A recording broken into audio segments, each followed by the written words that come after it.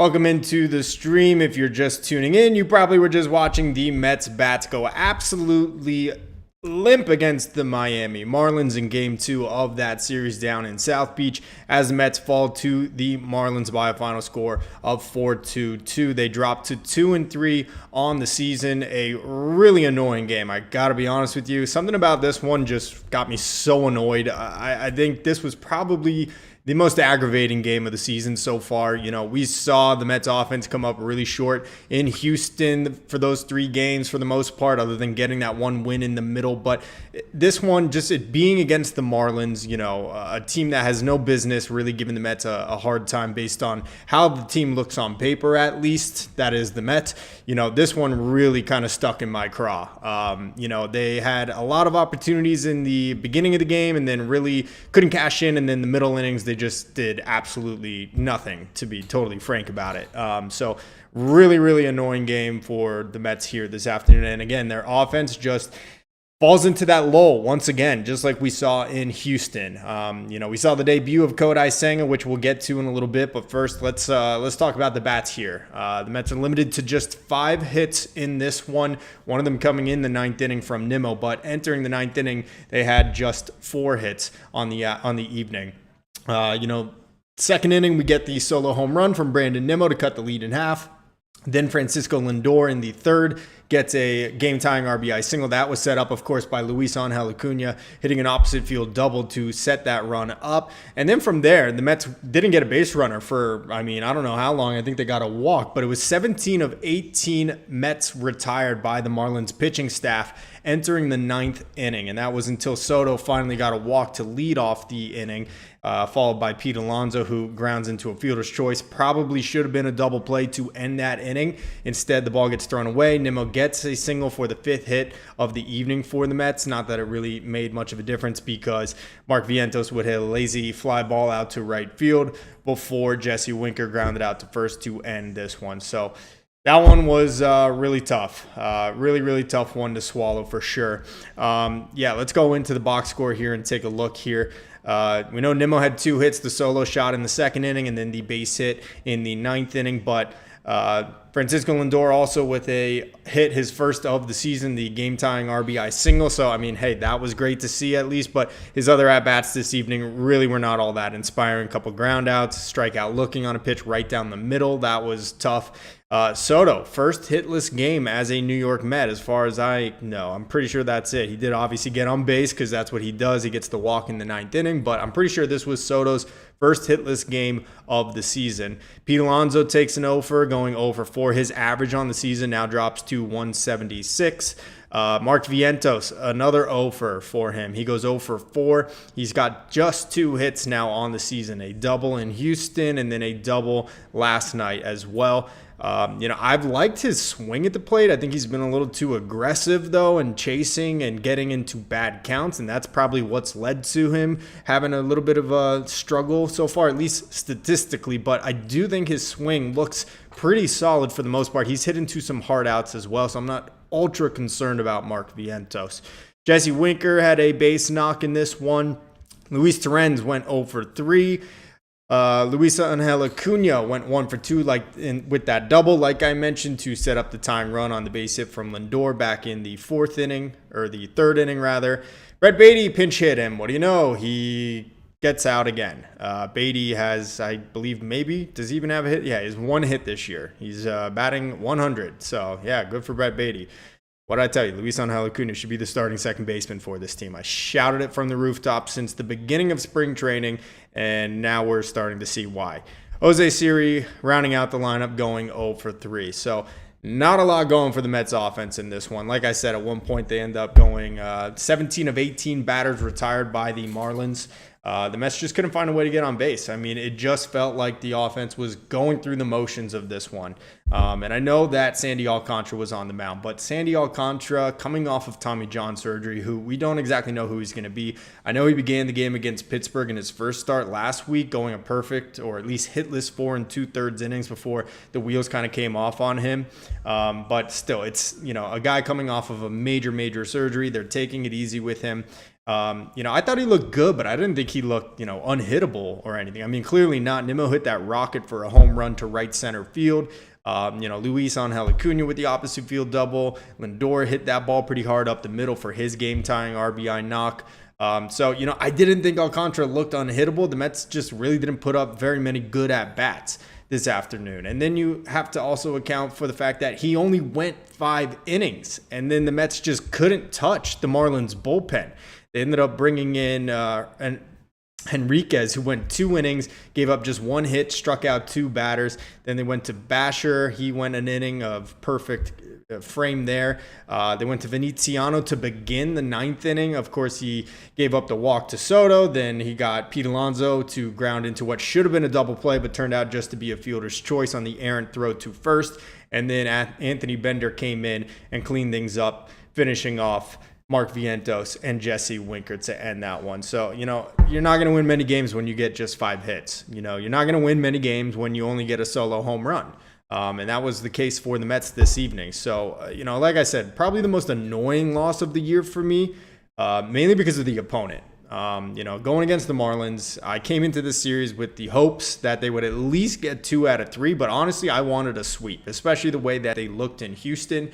I would have liked to seen them take all 3 of these, head into their home opener on a 4-2 record. Instead, now they got to win tomorrow to just be 500 going back home for the home opener on Friday versus Toronto. Tomorrow they're facing really what I would call a no-name kind of pitcher. You never want to underestimate your opponent, but we're talking about a 27-year-old rookie who just debuted last year and is not a highly touted prospect by any means. We're going to get into that a little bit later as we look toward game 3. Jonathan Chinook, you're always in here. I appreciate that, man. Yeah, Kranick looks awesome. There's a couple bright spots from this game tonight, a couple silver linings. Max Kranick is definitely one of them. He goes 3 perfect innings in relief. I mean, just awesome to see. He earned that spot coming out of spring training, no doubt about it. You were worried that maybe he was going to be a casualty to the numbers game, but he ends up getting one of the spots, and so far he is taking advantage of it. There's absolutely no way you could take him out of here when Dednell Nunez comes back up, so we'll see how the Mets navigate that. Maybe it'll be Danny Young. He didn't look so sharp last night. Maybe the Mets will just go with one lefty with A.J. Minter in the bullpen, but we'll figure that out. Yeah, I saw Vientos, get him all upset as he flew out in the 9th inning and throwing it looked like his mouthpiece or something, or I don't know, a piece of his helmet into the dugout. I get it. He also didn't finish running out a ground ball earlier in the game that he probably would have beat out and reached first on. I'm not going to hold that against him right now, but it can't happen again now. He needs a talking to, but it's game 5. And I've actually liked the swings I've seen from Vientos. Again, I think it's just that he's not getting himself into very good counts.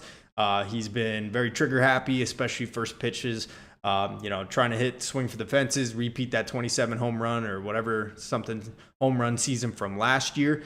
So Vientos is going to be just fine. But I definitely saw that. It was, a little concerning to see, one come up there in a big spot and tie things up, but unfortunately couldn't do it. So that was tough. But again, silver lining, Max Kranick, 3 perfect innings out of the bullpen in relief. And how about Kodai Senga? His line is not going to look as good as actually how he pitched in this one. Senga coming out, making his first start of 2025.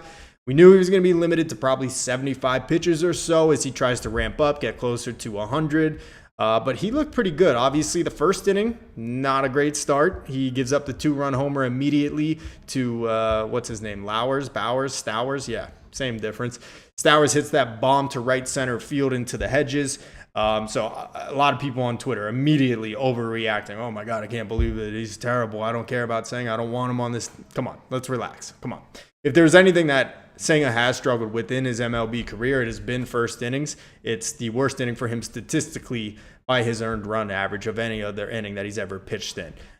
So wasn't really surprised to see that. It was all about how he bounced back, and he did bounce back. He got the next 3 batters there in the first inning, and he was really solid from that point forward. His final line on the evening, 5 innings pitched, 3 hits, 4 runs, but only 2 of them were earned, and that's because of another 2-error game from Francisco Lindor, just the 4th 2-error game of Lindor's career, but 2 errors in this one, and one of them proving very costly there in the 4th inning, where the Marlins would ultimately take the lead on the 2-run double. That one coming from Graham Pauley, who just stroked out inside out to left field over the head of Nimmo into the warning track. And that was really the ball game from there. The Mets bats just kind of went to sleep. But, unfortunately, Senga is a hard luck loser in this one because I thought he pitched reasonably well. Like I said, 5 innings pitched, 3 hits, 1 walk, 8 strikeouts, and 6 of them coming via the forkball. That forkball was looking nasty when he finally did get it in his repertoire and was using it efficiently. He got the Marlins to chase at so many pitches that looked really tempting, and they were in the strike zone until they weren't. I mean, that's the whole point of the ghost fork, and I mean, it was nasty. So that's a silver lining for sure. I was really pleased to see that he went out there. For the most part, he threw strikes. There was a part of, I think it might have been the 3rd or 4th inning where he struggled and started losing the zone a little bit. If not for the Francisco Lindor error that set up the entire 4th inning, this might have been a completely different ball game. Those 2 runs may not have come in to score, and Senga may have had a much better line. But you know what? For his first time out, considering all the limitations the Mets are basically imposing on him, for him to give us 5 solid innings of 2-run ball, that's what I'm going to call it. I know it says 4 runs, but only 2 earned runs, 8 strikeouts, and just 1 free pass. I mean, you got to love what you got from Kodai Senga tonight. He looked filthy. Like I said, box score won't really tell it if you're just looking at the runs, but if you look at his actual pitches tonight, his sequences, the bite that he had on that ghost fork, it was a really, really solid performance from Senga. But I don't know, guys, let me know what you think. Are you happy with what you saw from Senga today? What do you think's going on with the Mets lineup? Obviously, they break out for 10 runs yesterday on 4 homers. Then today they get shut down again. They're starting to look just like they did in the series against the Astros over the weekend. Who is this offense? What are they? Are they going to be this same listless group that goes 3-4 innings in a row without getting a base runner? Or are they going to be the ones that can pound home runs and manufacture runs at any given time like we saw yesterday against Miami? Also, guys, be sure to subscribe and like this stream so I can continue doing more live streams, pre-series previews, and then, of course, post-game reactions just like this one. This is more of a vent for me than anything because, like I said, this game just aggravated me so much just to see them look so listless in the middle innings of this one and to continue to get great pitching. I mean, let's be real about it. The Mets have to have one of the top ERAs across all of Major League Baseball when you can consider both the starting rotation and the bullpen. No opponent has scored more than 4 runs against them in any of their 5 games this year. The Astros went for 3 in the opener, just for 1 in the middle game, and then for 3 in game 3, the finale. Yesterday, the Marlins scored 4, and then tonight, the Marlins scored 4. So the Mets ERA has got to be atop the National League, if not all of Major League Baseball. It's been the bats that we thought were going to be tremendous that have just completely let us down here early in the season. Jonathan Schkenup, do the Mets need to switch the lineup? Nimmo, Lindor, Soto, Vientos, Alonso. I don't know about that yet. Last year we know Lindor took off when he moved to the leadoff spot. So I like Lindor in the leadoff spot. It's definitely too early for me to be tinkering with that kind of stuff. I'm leaving Lindor in the leadoff spot until it just becomes completely unmanageable. But it worked last year with him there, so I don't want to touch that. As far as putting, or if you maybe got Nimmo in the top 3, I wouldn't hate that, but then you're moving Soto out of the 2 spot, who apparently really likes to hit there. Vientos is definitely someone I wouldn't mind having as the cleanup hitter, switching him and Pete Alonso, but neither of them are going all so great right now. There's really nobody in this lineup that's going particularly great at the moment. I guess the 2 best hitters you could talk about for this team early in the season have been, of course, Juan Soto, and then I would say Brandon Nimmo, who now has home runs in back-to-back games and has looked pretty good at the plate. So it's really a matter of, these guys just got to figure it out. They got an early season little funk going on. This isn't, totally foreign or strange. You see this happen often with teams. I feel like this happens every year with the Mets. I mean, you could have prime Mickey Mantle on the Mets and he would still find a way to struggle early in the season. I don't know what it is, but, it just is what it is. And they're just going to have to fight through this. There's no magic elixir. I don't think a lineup change is necessarily going to get anybody jump started. What I was really concerned about, though, as I'm watching it on the SNY replay right now, are the errors from Lindor. Because last year, even when things weren't going well for him at the plate, he never took it out to the field with him. I'm not sure if that's the case necessarily. I'm not sure if it's maybe because he just had a son born 2 days ago, but Lindor has definitely had a rough first 5 games of the season. He gets his first base hit of the game or of the season this evening, so nice to see. You thought maybe that would help him out, but then goes hitless in his next 2 at-bats. So, not exactly a great showing so far for number 12 in the orange and blue. But what do you guys think? You think they need to change the lineup? Do you think there's anything they can really do to get Lindor jump started? What do you think's been affecting him so much? Also, guys, like I said, be sure to scan this QR code if you want to stay up to date on all my latest news, rumors, videos, live streams, posts, anything like that. That'll take you to all my social media that you can check out. Here on YouTube is where you'll find me the most, but you can also get me on Twitter, TikTok, Instagram. Those are really the only main ones. So yeah, definitely stay in tune with all of that stuff. But yeah, I mean, a 5-hit game, it's just not going to do it. You get another great starting pitching performance from your starter in Senga this afternoon. You get 3 perfect innings from Max Kranick in relief. 3 perfect innings. I mean, those were the kind of relief innings that you could go walk around the house and do some chores because you just felt so good about how Kranick was throwing the baseball this evening. I mean, the guy has just looked stellar so far. And somehow the Mets still can't find a way to muster anything on offense. They give us the old blue balls in the 9th inning where they get a leadoff walk from Soto, but Pete Alonso hits into that fielder's choice. That probably should have been a double play. And then just the fly out from Vientos before Winker grounds out to end this one. So the Mets do fall to 2-3. They have yet to be over 500 so far in this season.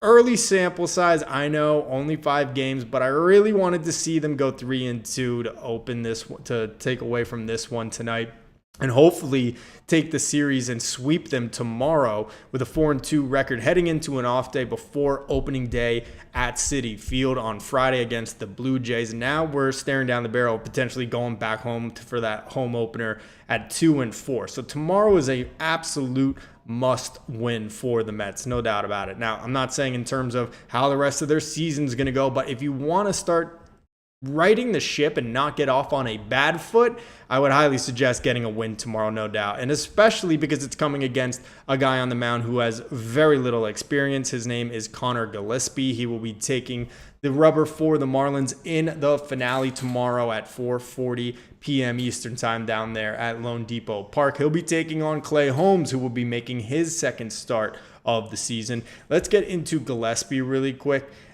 He's really making only his second career start, and he was roughed up in his first one against the Pirates the first week of the season for 4 runs in 5 innings against Pittsburgh. He had pitched last year, I believe it was with Cleveland for his first start of his career. But this is, I hate to be this guy and be rude, but I'm just going to say this is a no-name, non-prospect, total journeyman. The Mets should absolutely rip the cover off of this guy. I want another 10-run outburst like we got yesterday. I can understand today Sandy Alcantara, okay, coming off injury, regardless, still Sandy Alcantara, and he looked pretty good. The Mets just couldn't cash in. The Mets couldn't get anything going in the middle innings. But tomorrow against Gillespie, when you're looking to take 2 out of 3 from a team that in all likelihood is probably going to lose 100 games again this year, you got to take advantage of it, and you got to have a fast start and just absolutely throttle Gillespie. Meanwhile, Clay Holmes will get on the mound again. He doesn't have a whole ton of experience against the Marlins except some time in relief. We know he went 4 2/3 in his first start against the Astros. Walks were really what sank him in that one. He issued 4 free passes, but I thought the stuff looked pretty good. He just didn't have the perfect command that he needed to have that day, and it prolonged some of the at-bats and some of the innings, and that's why it was so short.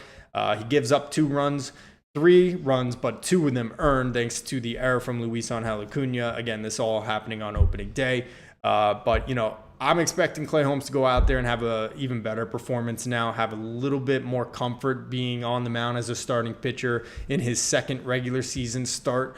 essentially for his career. Obviously, he did it a long time ago with Pittsburgh, but that was ancient history. So I'm expecting him to have a solid start tomorrow. We'll see how it goes. But yeah, honestly, this is a game the Mets need to win tomorrow. You can't lose 2 out of 3 to the Marlins after dropping 2 out of 3 to Houston and the way that the Bats have looked so far. Typically, I understand when the offense is struggling for a team in the Northeast because it's usually pretty cold out still, especially when they start the season in the last week of March like they are this season. They just keep starting it earlier and earlier. So I get it when it's 40 degrees outside, rainy, all that stuff. But these first 2 series have been played in domes, and the Mets offense has just looked totally lifeless for the most part outside of yesterday's game against the Marlins where they erupted for those 4 bombs. I don't know what the fix is. Jonathan suggests maybe a lineup change, but I'm not ready to do that. I definitely don't want to take Lindor out of that leadoff spot. It's too early for me to do that. We know how good he was last year when he got moved to the leadoff spot, became a totally different player on his run to becoming the runner-up for the MVP. So I'm not going to do anything like that. But, there's something's got to give because it can't just be Juan Soto getting on base all the time and then a couple of hits scattered throughout the rest of the game, because that's for the most part what it's been for this entire season so far, 5 games into the year outside, of course, of yesterday's game against Miami. So what do you guys think? What would be your solutions? Do you have any ideas? Do you have any thoughts? Is it a lineup change thing? What do you think is going on with Lindor? Obviously, the 2 errors in the field, that was a little concerning. Is he taking his at-bats out to the field with him now? Or do you think maybe it's just the early season slump that he was experiencing in 2024? Could it be because he just had his son 2 days ago and he's distracted? I can totally respect the human aspect of life and all that, so I would never fault him for something like that, but it's very strange and not something that you see very often out of Lindor to make, let alone 1 error, but to make 2. So obviously pretty frustrating evening for the Mets here, but we're going to be back tomorrow. We're going to do a series recap after the Mets and Marlins game 3. That one is set for 4:40 p.m. down there in South Beach. Like I said, I think it's a huge game for the Mets that they really need to win if they want to go back to Citi Field for their home opener in good spirits and catch Mets fans in good spirits, including myself. I'll be going to the home opener at Citi Field on Friday, my first ever home opener. I am stoked. Hope you guys will be there too. If you are, be sure to let me know. And you guys, again, can scan this QR code, and that will give you all the latest updates on my content when I'm going live, when I'm doing pre-game shows, post-game shows, series previews, series recaps, and anything else in between on my social media platforms. You'll be seeing a lot of these banners all over Citi Field and the 7 Line and Queens and throughout Manhattan as I post them all over the place while I'm there in New York this week for the visit. Happy to get home finally and hoping that we'll get a Mets victory tomorrow and they can at least salvage 2 out of 3 against the lowly Miami Marlins. Let me know what you guys think about the Mets so far in this year. Are you worried? Are you feeling it's too early to start pressing the panic button? Are you concerned about the offense? Are you concerned about Francisco Lindor? I want to hear from you guys. Let me know in the comments section below, and we'll speak with you guys tomorrow. Let's go Mets.